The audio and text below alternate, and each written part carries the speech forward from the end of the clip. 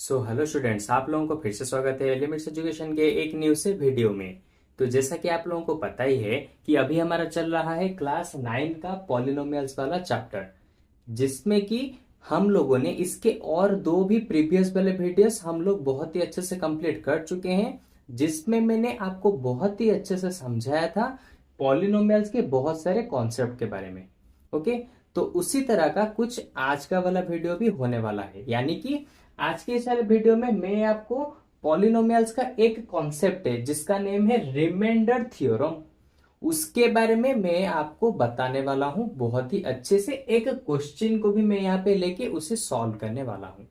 Okay, और ये polynomials का मतलब कि ये रिमाइंडर थ्योरम पॉलिनोमियल्स का बिल्कुल ही एंड वाला कॉन्सेप्ट है। इसके बाद आपको किसी भी कॉन्सेप्ट के बारे में जानने की जरूरत नहीं पड़ेगी, क्योंकि इसके प्रीवियस वीडियोस में ऑलरेडी मैंने सारे कॉन्सेप्ट के बारे में क्लियर कर चुका हूं, और बस ये एक ही बाकी है जो कि आज के इस वाले वीडियो में खत्म हो जाएगा।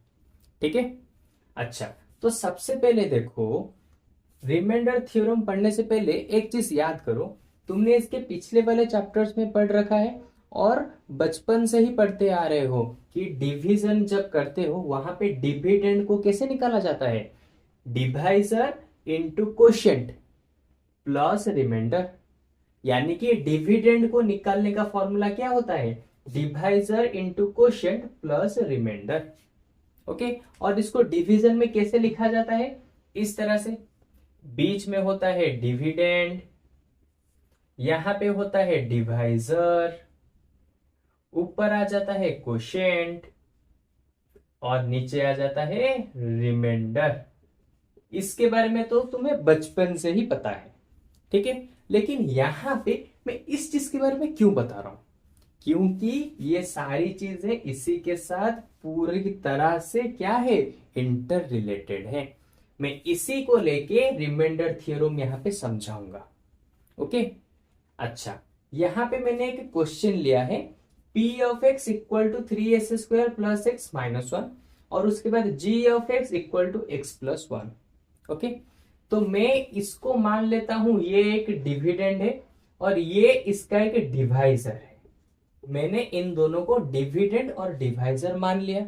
तो अब क्या करेंगे, इन दोनों को मतलब कि क्या, डिवीजन करेंगे। इन दोनों को कैसे करेंगे तुम्हें पता है, ऑलरेडी पहले से जानते हो कैसे किया जाता है।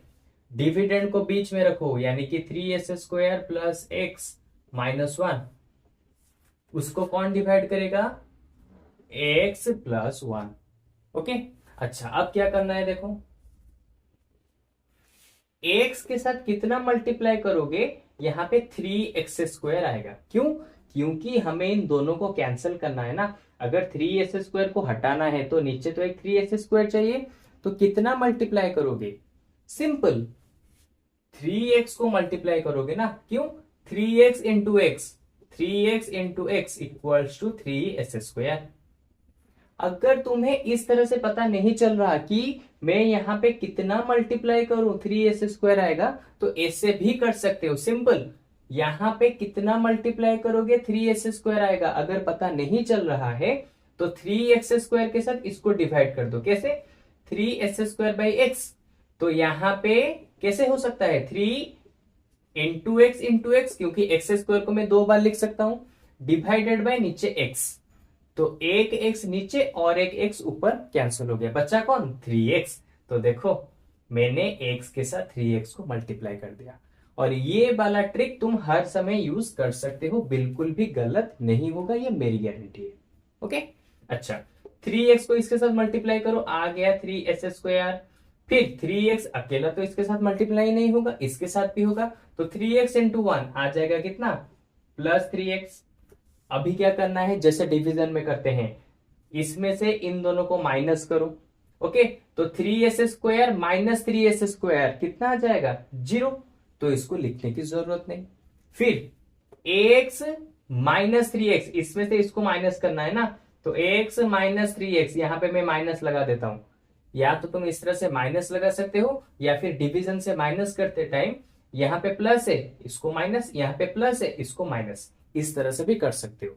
देखो, x minus of 3x, x minus of 3x, तो x से 3x चला जाएगा तो बचा कितना, -2x। यहाँ पे लिखो -2x। फिर ये -1 नीचे आएगा, यहाँ पे आ गया -1। अच्छा अब देखो x के साथ कितना मल्टीप्लाई करोगे, -2x आएगा। सिंपल, x के साथ मल्टीप्लाई करना है -2 को।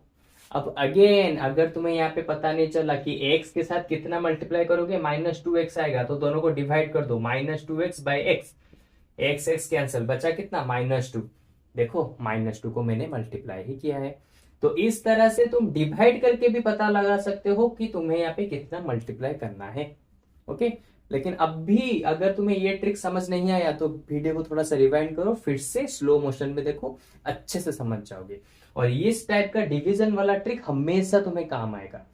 ओके, क्योंकि तुम अभी नए नए कर रहे हो। अगर ये तुम्हारे लिए डिफिकल्ट हो रहा है कि फाइंड करो, डायरेक्टली बताना कि इसके साथ कितना मल्टीप्लाई करोगे ये आएगा, इसके साथ कितना मल्टीप्लाई करोगे ये आएगा। अगर ये सब डायरेक्टली बताने में प्रॉब्लम आ रहा है तो सिंपली इस मेथड को भी तुम यूज करके तुम अपने आंसर को निकाल सकते हो। और ये वाला भी पूरा जेन्युइन मेथड है और हमेशा सही आंसर भी आता है।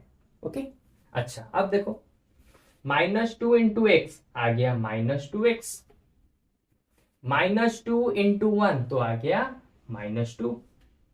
अभी क्या करना है, सिंपल जैसे डिवीजन में करते हैं माइनस, तो जब इसको माइनस करेंगे या तो यहां पे एक माइनस का सिंबल दो, सॉरी यहाँ पे माइनस का सिंबल यहाँ पे पहले से है। ओके, ये माइनस का सिंबल पहले से है। अभी क्या करना है, यहाँ पे तुम्हें एक माइनस का सिंबल देना है, क्योंकि माइनस करोगे ना तो माइनस का सिंबल नहीं दोगे तो माइनस कैसे करोगे। ओके, तो या तो यहाँ पे माइनस का सिंबल दो या फिर इन दोनों के क्या करो, साइन को चेंज कर दो, जैसे यहाँ पे चेंज किया। तो यहाँ पे माइनस है तो ये हो जाएगा प्लस, यहाँ पे माइनस है तो ये हो जाएगा प्लस। तो देखो -2x प्लस 2x क्या हो जाएंगे, दोनों कैंसल, क्यों, -2x प्लस 2x, देखो दोनों कैंसल, बचा 0। फिर यहाँ पे +2 -1, तो +2 -1, तो 2 से 1 चला जाएगा तो बचा 1।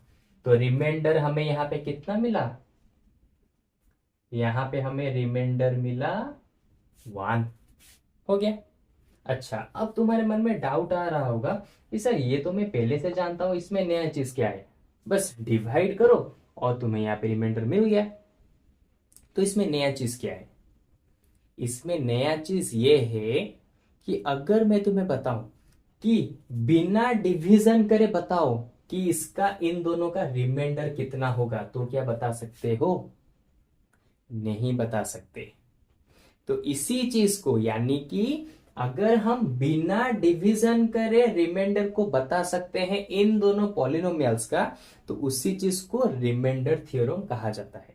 यानी कि रिमाइंडर थ्योरम का काम यही है कि दोनों पॉलिनोमियल्स को बिना डिवाइड किए, इस तरह से डिवाइड करने की भी जरूरत नहीं, लेकिन रिमाइंडर थ्योरम की मदद से तुम डायरेक्टली बता सकते हो यहां पे रिमाइंडर कितना आएगा। इसी को कहा जाता है रिमाइंडर थ्योरम। ओके, अब तुम्हें डाउट आएगा कि सर इसके लिए तो बहुत सारे फॉर्मूलास लर्न करने पड़ेंगे, कैसे करूं क्या करूं, कुछ भी करने की जरूरत नहीं।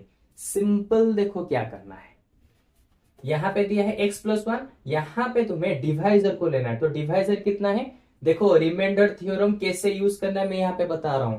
तुम्हें बस क्या करना है, आंसर इस तरह से लिखो, इन दोनों का ये है डिविडेंड, ये डिवाइजर। तो यहां पे उसने पूछा कि रिमाइंडर कितना होगा निकाल के बताओ। तो यहां पे मैं तुम्हें पूरा प्रोसेस बता रहा हूं। देखो सबसे पहले क्या करो, जो डिवाइजर दिया है उसको लिखो, x + 1 = 0 लिख दिया।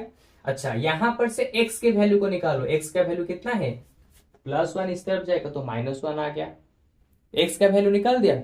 अभी क्या करना है, उसी x के वैल्यू को p ऑफ x में पुट करो, यानी कि यहां पे पुट करो, x की जगह पे -1 तुम्हें लिखना है। अभी क्या लिखोगे, पुट x वैल्यू या फिर value of x, value of x in p of x, यानी कि इस वाले पॉलिनोमियल में पुट करो। तो ये वाला पॉलिनोमियल दिया है 3s² + x - 1, ये दिया है 3, x की जगह पे डालो -1 तो -1 का होल स्क्वायर, प्लस x की जगह पे डालो -1 तो -1 का होल स्क्वायर आ जाएगा 1, ये तो तुम्हें पहले से पता है। तो 3 × 1 आज गया 3, प्लस माइनस आ गया -1, ये है -1, तो 3 से 1 चला जाएगा तो बचा कितना 2 -1, अब 2 से 1 चला जाएगा तो बचा कितना, 1। तो देखो रिमाइंडर थ्योरम की मदद से हम लोगों ने बता दिया, बिना डिवीजन के या फिर बिना कोई भी कॉम्प्लिकेटेड कैलकुलेशन के ही हमने बता दिया कि यहाँ पे रिमाइंडर होगा 1। इस तरह का हमें कुछ करने की भी जरूरत नहीं पड़ी। तो रिमाइंडर थ्योरम बेसिकली हमें यही बताता है कि अगर तुम्हारे पास दोनों पॉलिनोमियल डिवाइड करने के लिए दिए हैं तो वहां पे तुम रिमाइंडर कितना आएगा उससे तुम बिना डिवाइड करे ही बता सकते हो, इसकी जरूरत नहीं पड़ेगी। इसीलिए हम रिमाइंडर थ्योरम को यूज करते हैं, क्योंकि रिमाइंडर थ्योरम बहुत इजी होता है। ये थोड़ा सा कॉम्प्लिकेटेड, अगर इसको समझ गए हो तो इससे भी कर सकते हो, लेकिन ये वाला बहुत ज्यादा इजी होता है। ओके, तो ये था हमारा रिमाइंडर थ्योरम। और एक छोटा सा है, फैक्टर के बारे में समझो। फैक्टर का मतलब क्या होता है? फैक्टर का मतलब ये होता है कि अगर डिवाइजर इस वाले डिविडेंड को पूरा अच्छे से डिवाइड कर देता है और रिमाइंडर में कितना बचता है, अगर रिमाइंडर में 0 बचता है तो इसका मतलब क्या हो जाएगा कि ये वाला एक परफेक्ट फैक्टर हो जाएगा इस पॉलिनोमियल का। ओके, यानी कि सिंपल सी चीज है, अगर इसके वैल्यू को यहां पे तुमने पुट किया, यहां पे जब तुमने डिवाइजर के वैल्यू में से x के वैल्यू को निकाला और फिर उस x के वैल्यू को यहां पे लाके पुट किया तो तुम्हारा आंसर 1 निकल गया। लेकिन मैंने कहा है अगर रिमाइंडर 0 आता, इसी आंसर को रिमाइंडर कहते हैं ना, अगर ये 0 आता तो इसका मतलब ये एक परफेक्ट फैक्टर होता। किसका? इसका। अरे भाई फैक्टर का मतलब क्या होता है?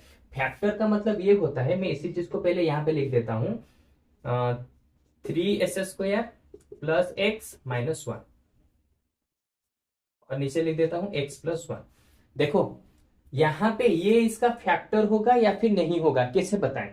ये इसका फैक्टर होगा या नहीं होगा, ये वाला इसका फैक्टर होगा या नहीं होगा, कैसे पता चलेगा?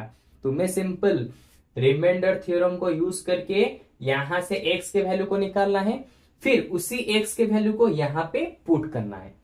अगर यहां पे पुट करने से आंसर 0 आता है, जैसे कि यहां पे नहीं आया, ओके, अगर आंसर 0 आता है, जैसे कि यहां पे मैंने ऑलरेडी बता चुका हूं, अगर रिमाइंडर 0 आता है, रिमाइंडर को ही आंसर बोलते हैं, ओके, अगर 0 आता है तो इसका मतलब ये एक परफेक्ट फैक्टर है, सिंपल।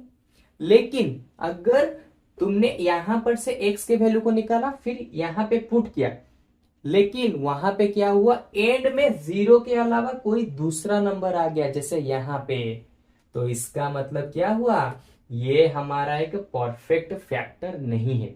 किसके लिए नहीं है?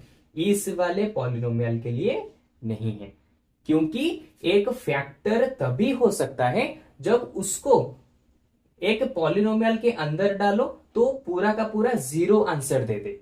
अगर 0 आंसर देता है, इसको इसके अंदर डालने पर अगर ये 0 आंसर देता है तो ये एक अच्छा फैक्टर है। अगर इसको इसके अंदर डालने पर 0 के अलावा कोई दूसरा नंबर आता है तो इसका मतलब ये इसका एक फैक्टर नहीं है। जैसे कि यहां पे हमें पता चला, यहां पे जैसे ही इसको तुमने इस वाले पॉलिनोमियल के अंदर डाला तो आंसर आया 1, तो इसका मतलब क्या हुआ, x plus 1 is not a factor, क्योंकि अगर x प्लस 1 एक फैक्टर होता इस वाले पॉलिनोमियल का तो यहां पे रिमाइंडर 0 निकलता। ओके, तो चलो ये था पॉलिनोमियल का लास्ट वाला कॉन्सेप्ट, जिसमें कि मैंने तुम्हें रिमाइंडर थ्योरम और फैक्टर क्या होते हैं बहुत ही अच्छे से समझा दिया। तो होपफुली अब मुझे लगता है कि बहुत ही अच्छे से तुम्हारा ये डाउट क्लियर हो चुका होगा पॉलिनोमियल्स के जितने भी सारे कॉन्सेप्ट हैं उसके ऊपर। ओके, तो चलो पॉलिनोमियल के सारे कॉन्सेप्ट यहीं पे क्लियर हो गए और कोई भी तरह का कॉन्सेप्ट अभी बाकी नहीं है। तो इसके अगले वाले वीडियो से हम लोग क्या करेंगे, इसके एक्सरसाइज वगैरह को एक एक करके हम जल्दी से खत्म करते हुए जाएंगे और अच्छे से समझाते हुए उसको खत्म करेंगे हम दोनों मिलके। ओके, तो चलो आज के वीडियो में बस इतना ही। अब हम लोग मिलेंगे इसके अगले वाले वीडियो में नेक्स्ट एक्सरसाइज के साथ। Okay, bye bye.